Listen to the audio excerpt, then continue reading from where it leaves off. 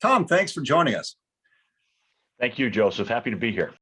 We've seen, looking across our membership, including our regional bank members and the non-financial corporates, looking at the operational aspects of it, and particularly for them, this idea of a look back or an arrears method of calculating interest costs has been a real operational stumbling block, as well as sort of a mindset shift.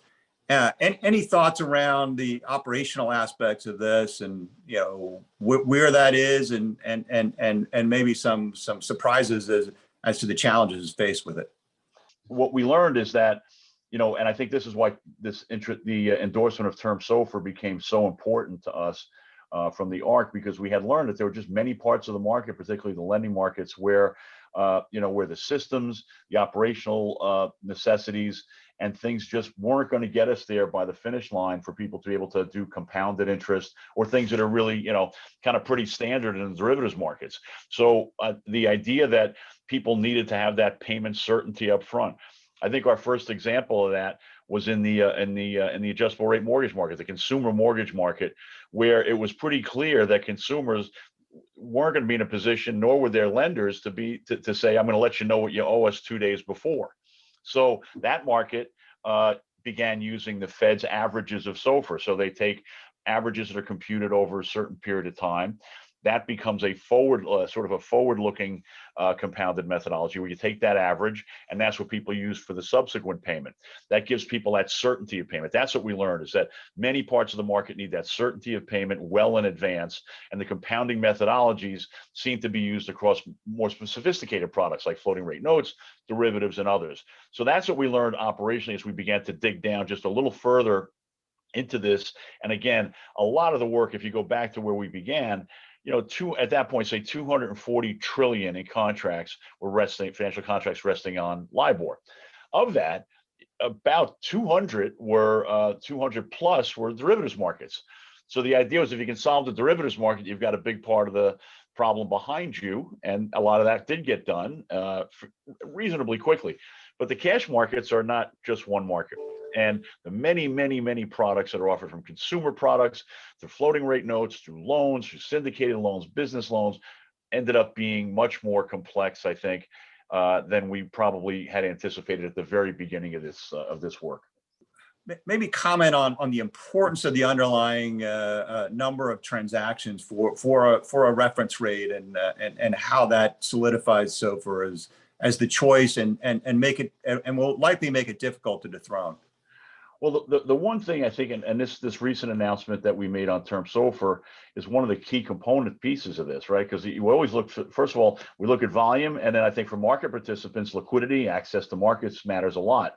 So when we endorse term SOFR, as much as that's an important thing for market participants on a go-forward basis, that also will be the first fallback in the waterfall for anyone who's using ARRC fallback language, or is relying on the New York State legislation, or will be relying on hopefully what we'll see federal legislation sometime in the future.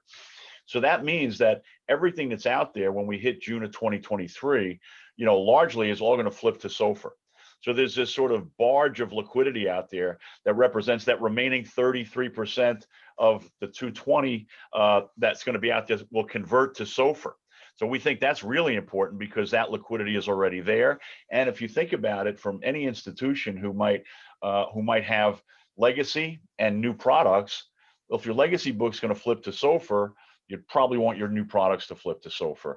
And so when the ARRC did this work, we looked at all those other things. We looked at commercial paper. We looked at some of the other interbank lending, unsecured things. There just weren't enough. And when we look back at sort of March of 2020, many of those things just didn't even print, or there were no issues during those really difficult stress periods. So when we did this work in 2014, and we always have to remind ourselves at the ARRC that there are probably people that weren't even in the market when this work began, or weren't even in the market when the original problems with Libor developed, and certainly very, very few people who were in the market when Libor was invented. So I think we just always try to mark ourselves to market in terms of information, make sure people understand what it is we're trying to solve. So we did look at all those things, and the ARRC's message to everyone is know what's in your reference rate. Know how it works, know how it performs over time. And that's why we determined in 2017 that SOFR was far and away the best alternative for people to build their to build these reference rates off. Maybe it's good to look ahead to what are the key steps remaining in this transition, and the timeline to reach the finish line, which I guess is the end of this year for the most part, correct? Yeah, it's a great point, because we've really gotten we had so many announcements from the end of last year through just these last couple of weeks. And for people who are following us, people who are running these transition programs, people who are close to these markets, it's reasonably easy to keep up, and the announcements are coming pretty quickly and have come pretty quickly. But for those just one step away, I think a set of announcements we got last year might have been a bit confusing, and I think could use some clarification, because what we had was, first of all, there was an announcement that US dollar Libor would continue to be printed until June of 2023. But with that, which people might have thought was a little bit of a reprieve, came very deliberate and strict supervisory guidance from the Fed, the OCC, and the FDIC that US banks could not enter into new Libor contracts after the end of this year. So that that bargain, as if you will, kind of said, okay, if we stop digging the hole, about 67% of what is out there in legacy will roll down before June of 2023. So that really crafted almost like a roll down corridor, where so many of these contracts and bonds and loans would mature naturally, and they wouldn't have to go through the fallbacks.